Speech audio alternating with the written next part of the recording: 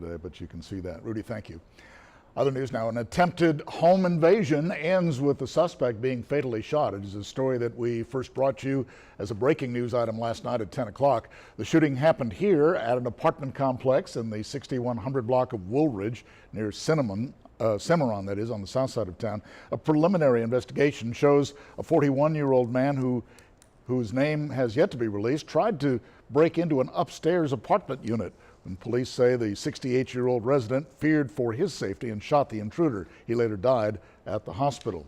Now, this shooting is raising questions about the state's so-called castle law, the law that allows residents to use deadly force to protect themselves. Our Bill Churchwell is here tonight with one local gun expert is saying about that. Bill? It is always good to revisit the law, a law that protects you from legal troubles if you have to use force or deadly force to protect yourself against an intruder who poses a threat. Very simple, it's easy to use, fits most hands. Gun expert Daniel Garcia manages the Sharpshooter, a local gun store and indoor shooting range.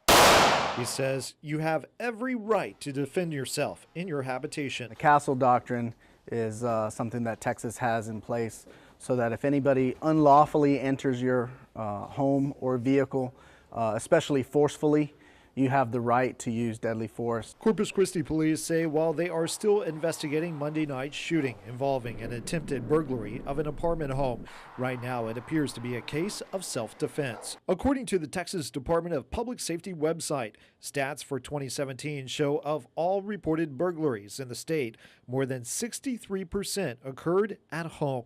But the Texas Castle Law goes further when it comes to protecting your life. The Castle Doctrine extends to your place of business, where you're working, your vehicle. So if you're sitting in your vehicle, if someone is forcefully trying to enter your vehicle or forcefully trying to remove you from your vehicle, you can use deadly force to defend yourself. There is one thing to keep in mind. Castle Doctrine does not allow you to get out of your vehicle and use deadly force. And Garcia says as long as you feel threatened, that's the key. You're going to have to be able to prove to a jury that any reasonable person would have felt the same way.